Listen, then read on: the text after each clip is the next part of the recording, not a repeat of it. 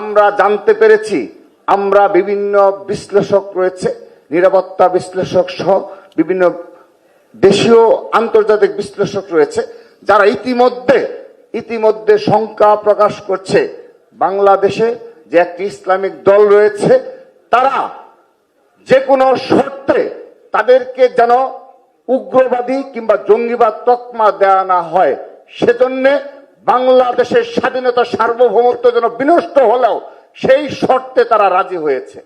আমরা সেগুলো জানতে পেরেছি। এগুলো যারা সচেতন রাজনীতিবিদ শুধু তারাই জানবে।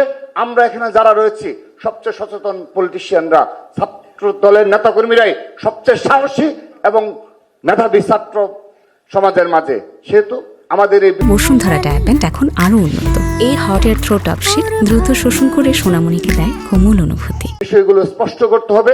বাংলাদেশ যেন আবারও কোনো ঝুঁকির মাঝে যেন না পড়ে, আমাদের স্বাধীনতা সার্বভৌমত্ব যেন বিনষ্ট যেন না হয়, কেউ যেন শুধুমাত্র ক্ষমতার স্বার্থে, ক্ষমতায় লাভের স্বার্থে বাংলাদেশের স্বাধীনতা সার্বভৌমত্ব বিকিয়ে না দেয়। যারা সোশ্যাল মিডিয়ায় তাদের নিজ নেতা কর্মীদের নোংরা এবং অশ্লীল ভাষা প্রয়োগের জন্য শিক্ষা দান করে, তারা কি কখনো ইসলামের ধারক বাহক হতে পারে? তারা কখনো ইসলামের ধারক বাহক হতে পারে না। আমরা এটা থেকে বিশ্বাস করি।